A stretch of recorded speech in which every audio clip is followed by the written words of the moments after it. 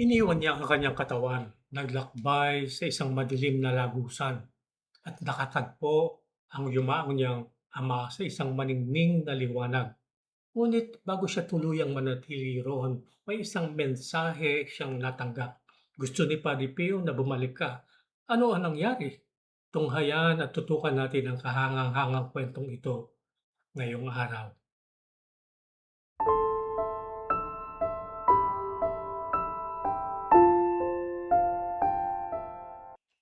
Maligayang pagdating sa ang tinig ni Padre Pio. Taos-puso kaming nagpapasalamat sa lahat ng tahimik na sumusuporta sa misyong ito upang patuloy na maihatid sa mas maraming kaluluwa ang espiritual na panamana ni Padre Pio. Ang kwentong mapapakinggan at mapapanood ninyo ngayong araw ay maaaring humipo sa inyong puso sa paraang hindi nyo inaasahan. Ang kwento natin ngayong araw ay mula sa aklat na Amazing Miracles of Padre Pio and Stories Behind Them ni Frank Rega. Isinasalaysay nito ang pambihirang patotoo ng isang Italianang nagngangalang Teresa Sorrentino. Bago tayo magsimula, nais ko lamang linawin ang isang mahalagang detalye. Ang mga pangyayaring inyong maririnig ay naganap maraming taon matapos nang pumanaw si Padre Pio. Gayunpaman, ipinakikita ng kwentong ito na hindi natatapos ang kanyang espiritual na pagmamalasakit sa mga lumalapit sa kanya. Simulan natin ang kwento. Noong 1972, 1972, 12 taong gulang pa lamang si Teresa nang maglakbay siya kasama ang kanyang pamilya sa San Giovanni Rotondo. Sa pagbisitang iyon, nagsimula siyang humanga kay Padre Pio. Habang pinagmamasdan niya ang mga larawan ng banal na prayle, labis siyang naantig sa maamo, mapagmahal at tila makaamang ekspresyon ng kanyang muka. Hindi pa niya gaanong kilala si Padre Pio noon. Ngunit may kung anong gumising sa kanyang puso at tila matagal na silang magkakilala. Mula noon, itinuring na niya si Padre Pio bilang kanyang espiritual na tagapagtanggol. Kalauna, natuklasan niyang ipinanganak si Padre Pio noong ika-25 ng Mayo, ang mismong araw ng kanyang sariling kaarawan. Para kay Teresa, hindi yun basta nagkataon lamang. Isa iyong natatanging tanda na nagbuklod sa kanilang dalawa. Matapos lumipas ang maraming taon, noong isang Biyernes ng Mayo 1978, masayang-masaya si Teresa. Isa na siyang may bahay at ina, nalaman niyang siya ay nagdadalang tao sa kanilang ikatlong anak. Ngunit nung umagang iyon ay may kakaibang nangyari. Bigla niyang naamoy ang isang napakatamis at napakabangong halimuyak sa loob ng kanilang bahay. Nilibot niya ang bawat silid upang hanapin kung saan ito nanggagaling. Subalit saan man siya magpunta, tila sinusundan siya ng halimuyak na iyon. Ang higit pang nakapagtataka, wala ni isa sa ibang tao sa bahay ang nakaamoy nito. Pagkalipas ng 2 araw, nagsimula siyang makaranas ng palatandaan ng posibleng pagkalaglag ng kanyang dinadala. Hindi man ito tahasang binanggit sa aklat, malinaw na ipinahihiwatig ng kwento na nangyari nga ang pagkalaglag sa araw na iyon. Kinakabukasan habang kausap niya sa telepono ang kanyang doktor, bigla siyang nanghina. Bago siya mawala ng malay, ito lamang ang kanyang nasabi. Masama ang pakiramdam ko. Pagkaraan nito, bumagsak siya ng malakas sa sahig.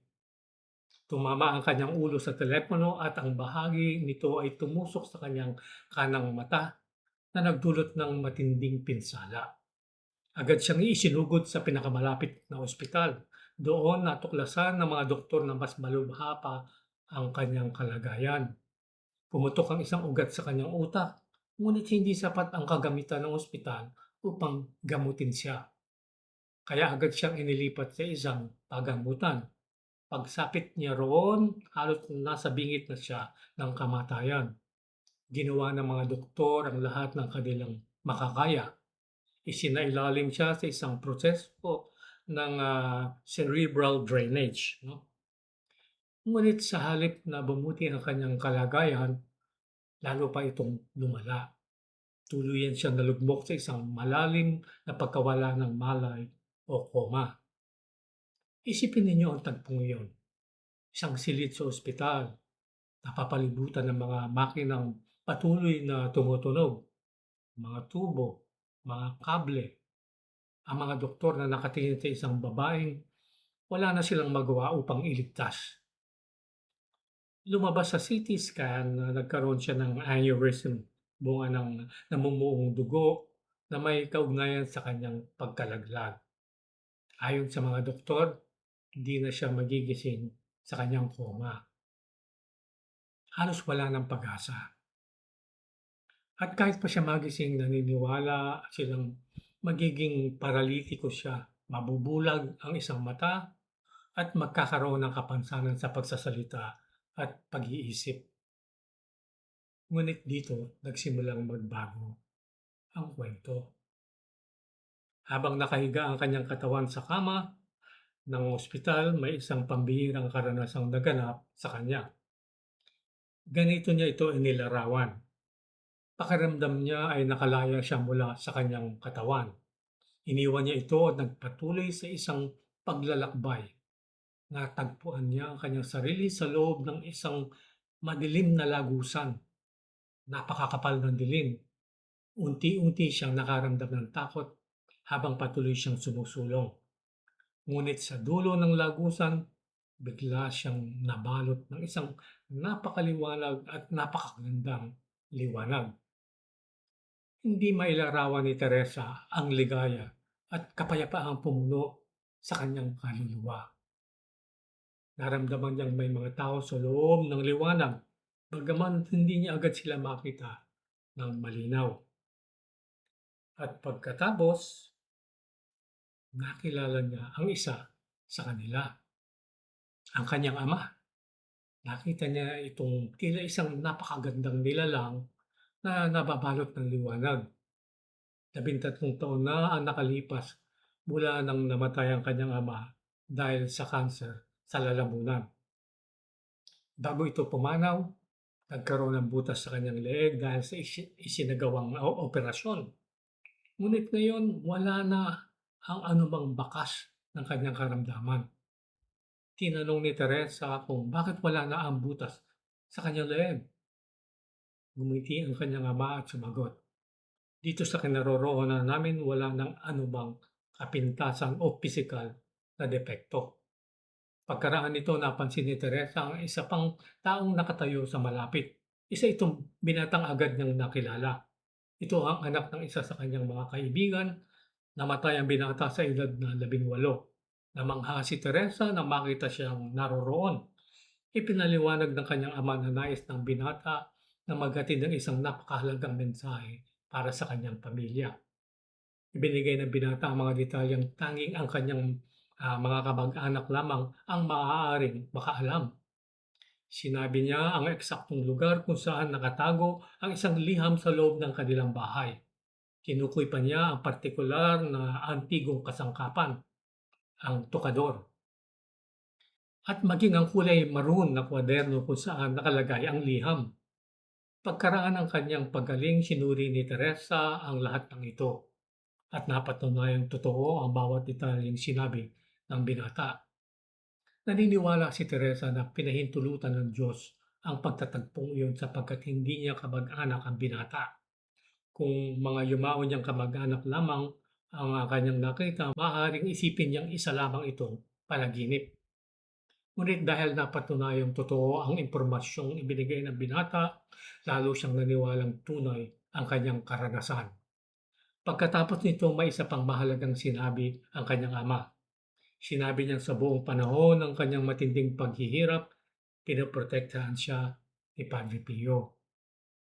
Ipinaliwanag din niyang ang matamis na halimuyak na naaamoy niya bago siya nawalan ng malay ay ang halimuyak ni Padre Pio. At higit sa lahat, tiniyak niyang ganap siyang pagagalingin ni Padre Pio. Ngunit dumating ang pinakamahirap na sandali. Sinabi ng kanyang ama, "Kailangan mong bumalik." Tumanggi si Teresa. Ayaw na niyang iwan ang lugar na iyon ng kapayapaan at kaligayahan. Ngunit iginiit ng kanyang ama, Nais ni Padre Pio na bumalik ka sa iyong pamilya at ibahagi ang lahat ng iyong naranasan. Nang mabanggit ang kanyang pamilya, naalala ni Teresa ang dalawa niyang maliit na anak at noon niya napagtanto kailangan niyang bumalik. Kasama ang kanyang ama at ang binata, muli siyang dumaan sa madilim na lagusan. Ngunit sa pagkakataong ito, wala na siyang takot. Nang siya ay magkamalay, naroon ang kanyang ina kasama ang maraming doktor at nurse sa loob ng silid. Ngunit bago pa siya magising, ay may isa pang himalang naganap. Bigla ring nakaamoy ang kanyang ina ng isang napakalakas at napakabagong halimuyak. Agad niyang naunawaan na iyon ay tanda ng presensya ni Padre Pio. Tinanong niya ang lahat ng nasa likod kung naamoy rin nila ito. Ngunit wala silang naamoy maliban sa amoy ng mga gamot at carbonic acid. Naniwala ang kanyang ina na ang langit mismo ang nagbigay sa kanya ng isang tanda. Punong-puno ng pag-asa, sinabi niyang, ito ang halimuyak ni Padre Pio. Magigising na ang aking anak. Inakala ng mga doktor na dala lamang iyon ng matinding emosyon. Sinubukan nila siyang pakalmahin. Ngunit makalipas ang halos 30 minuto, daang-dahang iminulat ni Teresa ang kanyang mata. Karaniwan ng isang taong nagising mula sa koma ay lito at hindi alam ang nangyari. Ngunit si Teresa ay ganap na malinaw ang isip. Lubhang namangha ang mga doktor. Hindi pa sila nakakita ng ganoong pangyayari. At lalo pang naging kahanga-hanga ang lahat nang malaman nila ang petsa ng kanyang pagising. ika-25 ng Mayo, May 25, ang kanyang karawan at karawan din ni Padre Pio. Kalaunan, inilipat si Teresa sa isang ospital sa Roma. Doon sumailalim siya ng dalawang mahaba at maselang operasyon upang ayusin ang ugat sa kanyang utak na napunit sa apat na magkakaibang bahagi. Ngunit tulad ng ipinangako sa kanya, naging maayos ang lahat. Wala siyang naiwang permanenteng kapansanan. Maging ang kanyang kanang mata na ayon sa mga doktor ay hindi na muling makakakita ng normal ay tuluyang gumaling. Tinawag yun ng mga doktor na isang himala ng kalikasan. Ngunit para kay Teresa, alam niya kung kanino niya utang ang kanyang pagaling, kay Padre Pio. At dito nagtatapos ang ating kwento. Marahil ay hindi lahat sa atin ay tatawaging na makakaranas ng pambihirang pangitaan tulad ng naranasan ni Teresa. Ngunit tayong lahat ay inaanyayahang mamuhay ng handa sa araw na tatawagin tayo ng Diyos. Ang kwentong ito ay nagpapaalala na ang kamatayan ay hindi ang katapusan para sa namamatay sa biyaya ng Panginoon. Sa pamamagitan ni Kristo, may pag-asa tayong makapasok sa buhay na walang hanggan at tulad ni Padre Pio, naway maging tapat din tayo sa ating misyon habang binibigyan pa tayo ng Diyos ng panahon dito sa lupa. Kung ang kwentong ito ay nagpapaalala sa inyo kung gaano pa rin kalalim ang pagmamalasakit ni Padre Pio sa mga kaluluwa, inaanyayahan namin kayong huwag manatiling tagapanood lamang, kundi maging espiritual na bahagi ng magsiyang ito sa pamamagitan ng programang Mga Alagad sa Kalinga ni Padre Pio. Sa inyong buwan ng suporta, mas marami pa tayong maaabot ng mga taong naghahanap ng pag-asa, gabay at kaaliwan sa tamang sandali ng kanilang buhay. Higit pa rito ang inyong mga intensyon at mga mahal sa buhay ay patuloy na isinasama sa mga banal na misa at mga panalangin. Kung nararamdaman ninyong tinatawag kayo ng Panginoon na makibahagi sa misyong ito, malugod naming kayong inaanyayahan sumama sa amin sa pamamagitan ng link sa ibaba.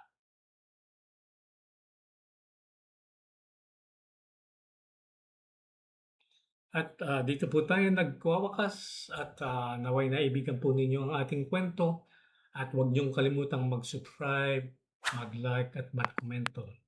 Hanggang sa muli nating pagkikita, naway pagpalain kayo palagi ng ating Panginoon, Jesucristo.